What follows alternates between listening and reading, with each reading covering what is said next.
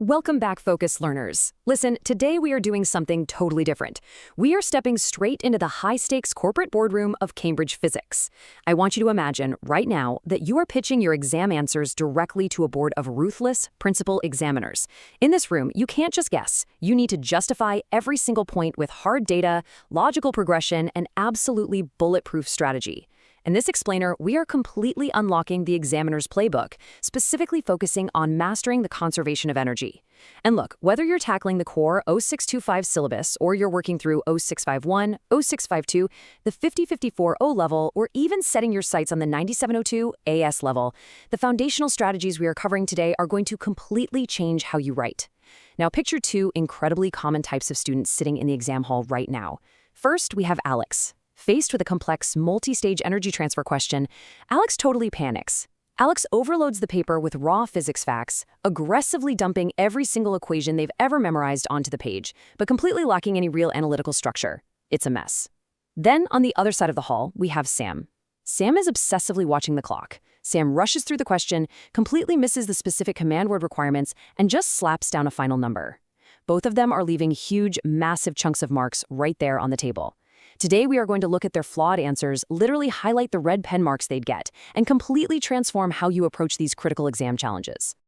Okay, let's really dive into this. Why exactly are smart, capable students bleeding marks on these multi-stage energy questions? Well, if you read the actual principal examiner reports, which, let's be honest, nobody does except us nerds, they are incredibly clear on this. The application of the conservation of energy principle to simple and complex examples is consistently, year after year, one of the most misunderstood areas in the entire physics syllabus. Think about a classic multi-stage problem. An object is falling from a height, losing gravitational potential energy, gaining kinetic energy as it accelerates, and simultaneously doing work against air resistance, which dissipates thermal energy to the surroundings. When you are given a problem like that, the examiners aren't just looking for some magical final number at the bottom of the page. They are grading your procedural logic. They are strictly looking for what we call the method mark strategy. When Alex dumps raw, unconnected facts, or when Sam rushes and just writes down a final numerical answer without explicitly showing the transfer of energy from one specific store to another, the examiners literally cannot award those crucial method marks, even if the final number happens to be right. You are essentially hiding your reasoning from the very people who are desperately trying to give you points. It's like pitching a brilliant business idea to the board without showing them the financial model. They're going to reject it. So, here is our strategic roadmap for today. This is how we transform abstract physics equations into actionable, mark-securing steps. First up, the energy conservation challenge. Second, we'll lock down the core physics principles. Third, the procedural framework. Fourth, critical data interpretation. And finally, top examiner warnings. Let's get straight to work. Section 1. Core physics principles, beyond superficial breadth. Let's start with the absolute bedrock, the foundational architecture of your exam answers. Kinetic energy is exactly half the mass times the velocity squared, and the change in gravitational potential energy is mass times gravitational field strength times the change in height. Now, honestly, anyone can memorize these formulas. You probably knew them years ago. But the Cambridge assessment framework doesn't reward rote memorization. It prioritizes deep analytical depth. Cambridge physics candidates must demonstrate total mastery of these fundamental principles by showing clear causal relationships. For instance, you need to understand that because velocity is squared in the kinetic energy formula, doubling the speed doesn't double the energy, it quadruples it. Examiners love testing that specific relationship. When an object falls, the decrease in its potential energy store is exactly equal to the increase in its kinetic energy store, but only if we assume no energy is transferred to the surroundings as heat or sound due to friction. The syllabus demands that top-performing students exhibit connected, conceptual understanding that they can instantly transfer to totally unfamiliar contexts. You need to explicitly state these principles in your answers before plugging in a single number on your calculator. And hey, before we continue, subscribe to our YouTube channel, Ace the Exams, at acetheexams_IGCSE to excel in your Cambridge examinations. Click that subscribe button and hit the bell icon right now. Trust me, building these foundational habits with us every week is how you guarantee those top grades. And this visualization right here brilliantly illustrates the wider concept of energy transfer. We've got total energy input, useful energy output, and wasted energy output. If we go back to our corporate boardroom analogy, think of this as your company's financials. The total energy input is your gross revenue, the wasted energy output is your operational overhead and losses, and the useful energy output, That's your actual net profit. This is the exact conceptual mathematics behind Sankey diagrams. In a standard Sankey diagram, the proportional width of the arrows represents the exact amount of energy in joules. The total energy flowing in absolutely must equal the total energy flowing out, split perfectly between the useful and wasted energy streams. By visualizing energy this way in your written answers, you are proving to the examiner that you understand the conservation principle at a macro systemic level. It's not just abstract numbers floating in space, it's a physical, quantifiable flow of energy. If you can communicate that flow clearly, you're securing marks that students like Sam completely miss. Now look closely at this side-by-side comparison. It's night and day. An average answer, like Alex's over here on the left, provides totally isolated facts. It's just a data dump. It lacks any analytical depth. But a top answer? A top answer brings in the PEEL framework. Yes, PEEL. Point, evidence, explanation, link. You probably thought that was just for history or English, right? Actually, scratch that. It is an absolute secret weapon for physics extended response questions. A top answer shows intense analytical depth and cross-topic connections. It makes a clear point about the energy transfer. It provides evidence using the specific data given in the question. It explains the physical principles at play, and it links the whole thing back to the specific command word in the prompt.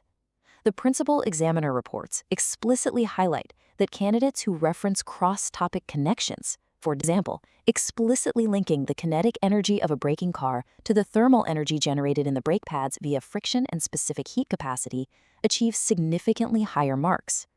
They decode the command words perfectly, and they construct a narrative of physics. They aren't just doing math, they are explaining reality. Section 2. The procedural framework, securing method marks. Let's act as your strategic exam consultants and totally decode how you should process the paper. Here is your 5-step standardized sequence that you need to run every single time. Step 1. Deconstruct the question. What is the specific command word? Are they asking you to calculate, to describe, or to explain? Because describe means say what happens, but explain means say exactly why it happens. Mixing those up is fatal. Step 2. Extract relevant data. Pull the numbers, the units, and the hidden assumptions right out of that text block. Step 3. Select your analytical framework. Are we using the PEEL method for a long descriptive question, or are we setting up an initial energy equals final energy algebraic equation for a complex calculation? Step 4. Execute with clear notation. This is absolutely critical. This means showing you're working out step by step, line by line. You want to let the examiner actually see the red pen marks transforming into green check marks as they follow your flawless logic. Step 5. Present with correct terminology. Remember Sam, our rusher? Sam lost a ton of marks here by just writing energy goes down instead of gravitational potential energy store decreases. If you rigorously follow these 5 steps, you literally build a physics success blueprint. It makes it virtually impossible for a strict examiner to dock your method marks. Now, to make absolutely sure this procedural framework sticks in your brain during the intense, sweating pressure of an actual exam, you need an actionable memory hack. We have our framework: deconstruct, extract, select, execute, present. DESEP, DSEP. I highly recommend you create your own personal mnemonic for this right now. Something like, does every student expect perfection? Whatever strange phrase works for you and gets locked in your head, I want you to write it at the very top of your rough working paper the exact second the exam begins. It instantly anchors your strategy. And hey, speaking of strategy, stop scrolling. Subscribe to our YouTube channel, Ace the Exams, at acetheexams_IGCSE to excel in your Cambridge examinations. We've helped thousands of students improve by 2-3 grade boundaries. Join them right now by subscribing to at acetheexams_IGCSE and turn on all notifications so you never miss our weekly exam strategy sessions. Seriously, do it now. Your future self will thank you. Section 3. Critical data interpretation, proving your analysis. Let's move to the next level and see how this builds your analytical power. We are going to run a quick interactive workshop right now. When you first face a massive, complex wall of data or a terrifying graph on page 7 of the exam, your immediate challenge is the data scan. Imagine a complex data table on screen. I'm putting 60 seconds on the visual timer in your head. Go. You must rapidly extract the core trend from the texts and tables. Next, you have to interpret the specific relationships. Is the kinetic energy increasing at a steady, linear rate, or is it curving upwards exponentially because the velocity is squaring? Then you must draw firm, evidence-based conclusions. But listen up, because here is exactly where the top 1% of Cambridge students completely separate themselves from the pack: identifying limitations and assumptions. When we mathematically equate an object's initial potential energy to its final kinetic energy right before it hits the ground, what massive assumption are we actively making? We are assuming 100% efficient energy transfer, and we are assuming literally zero air resistance. Stating that assumption out loud in your written answer is pure, unadulterated gold to a principal examiner. It shows you actually understand the physics of the real world, not just the textbook world. Now, let's consider comparative analysis. Quite often, especially in paper 4 or paper 6, you will be explicitly asked to compare two entirely different energy systems or experimental setups. Rigorous comparative analysis requires you to explicitly identify both similarities and differences. You absolutely cannot just list a bunch of facts about system A, put a full stop, and then list a bunch of facts about system B. That's not a comparison. You must use strong comparative connectives like whereas, similarly, or in contrast. Imagine another timer on the screen, 30 seconds. Your goal in an exam setting is to quickly speed write one perfect Peel paragraph using this matrix framework. You point out a clear similarity. You provide hard numerical evidence from the data table. You explain exactly why it happens using underlying physics principles, and then you link it right back to the original question. That is how you aggressively dominate data interpretation and secure maximum marks. Section 4. Top Examiner Warnings. The Principal Examiner's Report. We have painstakingly combed through years and years of actual Cambridge Principal Examiner reports. We've read the documents so you don't have to, and we found exactly where thousands of students are needlessly dropping letter grades. It turns out there are exactly 3 critical, highly repeated mistakes that show up year after year regarding the conservation of energy. Let's make absolutely sure you never make them. So, the crucial point is this. Avoid these 3 specific traps at all costs. Number 1, forgetting proper format. This means missing standard SI units, like joules or watts, at the end of your answer, or not showing the algebraic rearrangement of your formula before inserting the actual numbers. If you just write a bunch of numbers multiplying each other, they hate that. Number 2, failing to check presentation. Strict conventions really matter in science.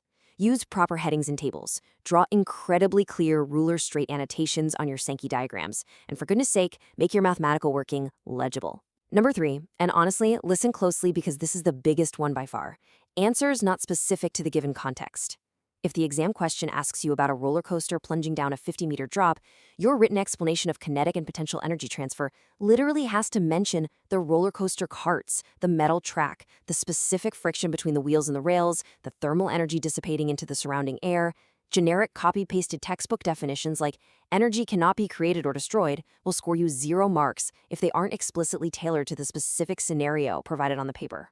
Finally, we have a direct, verbatim examiner alert pulled straight from the grading reports.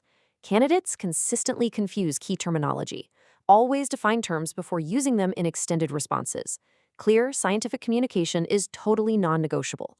Don't just lazily write gravity, you need to write gravitational potential energy.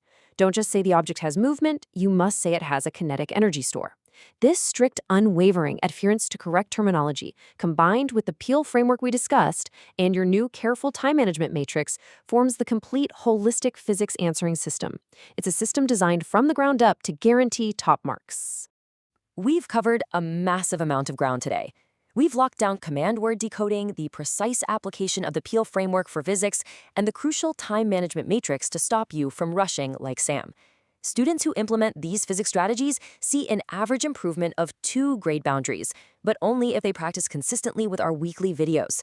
So I leave you with this final provocative question. How will you apply the method mark strategy in your next past paper? Will you continue to panic like Alex and lose easy marks, or will you use the DESEP framework to confidently secure every single point on the board? Here's your final reminder. Subscribe to our YouTube channel Ace the Exams at acetheexams_IGCSE to excel in your Cambridge examinations. Subscribe right now to @acetheexams_IGCSE and click that bell. Don't let another exam pass you by. Drop a comment below with your target grade for physics and the biggest challenge you're facing. Our team responds to every comment. Like and share this video with a study partner. Ace the Exams, your Cambridge success starts here.